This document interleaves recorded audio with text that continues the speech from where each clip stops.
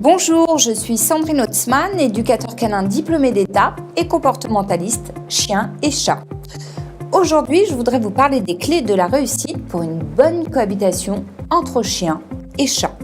Peut-être avez-vous déjà un chien ou bien un chat à la maison et vous avez pris la décision d'accueillir un nouvel animal. Comment va se passer cette nouvelle cohabitation de vos deux animaux ?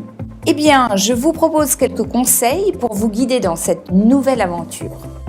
Tout d'abord, sachez que cette cohabitation n'est pas naturelle. Les chats et les chiens, ces deux espèces, vivraient-elles ensemble sans la volonté de l'homme à les faire cohabiter ? Certainement pas, car de nombreux points les opposent. Il existe très peu de données scientifiques sur le comportement des chiens et des chats entre eux, mais l'observation et l'expérience permettent d'établir quelques faits. Leurs modes de communication sont si différents qu'il leur est difficile de se comprendre. Le battement de queue rapide du chien indique dans certains cas à un congénère l'envie de jouer ou une approche amicale et bien souvent il indique un état d'excitation.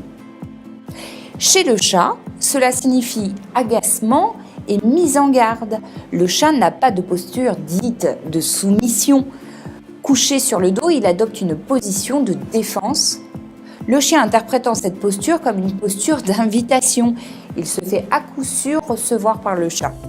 L'espace du chien dans la maison se trouve au sol et parfois sur les canapés. Celui du chat occupe les 3 dimensions puisqu'il a la possibilité de trouver refuge en hauteur. Le chat communique par des griffades, c'est-à-dire qu'il laisse des traces visuelles et odorantes sur les objets de son environnement et il dépose des substances chimiques par frottement pour signifier l'occupation des lieux. Il n'est pas rare d'observer le chat se frotter au chien pour y déposer son odeur. Le chien, lui, lève la patte ou défèque pour des raisons sociales ou sexuelles, dépose des substances chimiques en grattant le sol après avoir déféqué par exemple. Mais il n'utilise pas le fait de se frotter sur le coin des meubles. Il existe de telles différences entre les chiens des diverses races que le chat le perçoit comme un individu plutôt que comme une espèce. C'est ce chien-là dans ce contexte-là.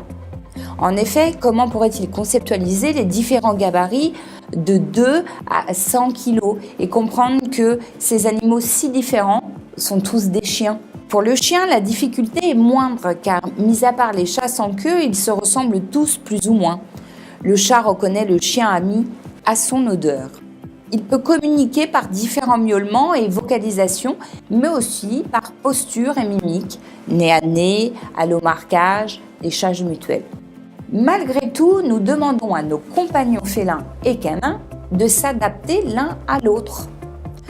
Une aventure qui présente des risques de blessures plus ou moins graves, voire fatales. L'un et l'autre sont des prédateurs. Le chat chasse la souris, le chien chasse le lapin.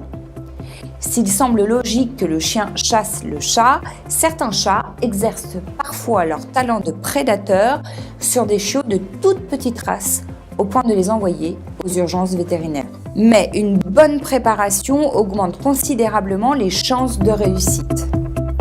Je vous recommande d'évaluer votre animal sur son niveau de tolérance et sa capacité d'adaptation.